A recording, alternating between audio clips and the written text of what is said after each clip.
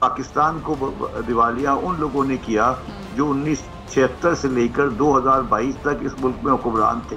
पाकिस्तान अभी मुश्किलात से बाहर नहीं आया है। शब्बर तैयब साहब, ये मिफ्ता इस्माइल साहब कह रहे हैं कि जी IMF 2 किस्तें एक साथ देगा और उन्होंने दावा ये किया है कि जी पाकिस्तान दिवालिया होने के खतरे से निकल चुका है। हुकूमत की इस बात में कितनी हकीकत है कि मुल्क दिवालिया होने वाला था?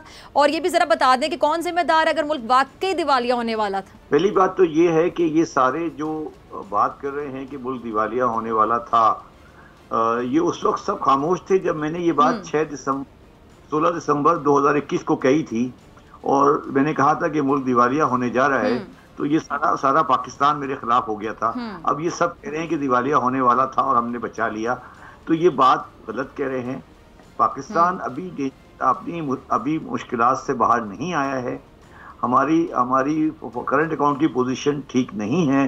अगर हमें IMF का लोन मिल जाता है, उसके बावजूद भी जो हमारी 2023 और 2024 और 25 की आगे जो हमारी डॉलर की करंट अकाउंट की पोजीशन है, अगर उसमें हमने इंपोर्ट का बिल 8 से 10 बिलियन डॉलर कम नहीं किया तो पाकिस्तान के लिए दिवालिया वाली पोजीशन अभी दूर नहीं, अभी हम उस मुश्किल से नहीं निकले।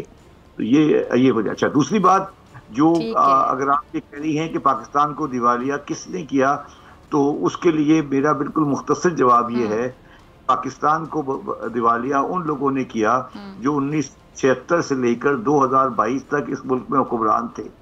और उसमें 1992 के बाद जो हुक्मरान आए, जो कि बेसिकली PMLN की गवर्नमेंट थी, जिन्होंने पाकिस्तान में फॉरेन करेंसी अकाउंट का सिस्टम दे के पाकिस्तान के सारे एसेट बाहर भिजवा दिए, वो आज पाकिस्तान के दिवालिया के जिम्मेदार हैं।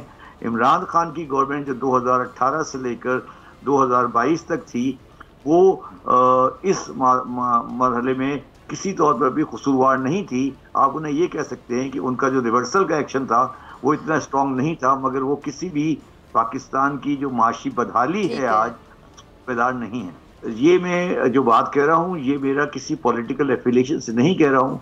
कोई भी आदमी जो बैठ के पाकिस्तान के फॉरेन को जानता है, वो मेरे से इस बारे में बात कर ले। ये मैं जो बात कर रहा हूँ, ये पत्थर पे लकीर है, इसको कोई चेंज नहीं कर सकता। सब्सक्राइब करें और बेल दबाएं ताकि कोई खबर रह न जाए।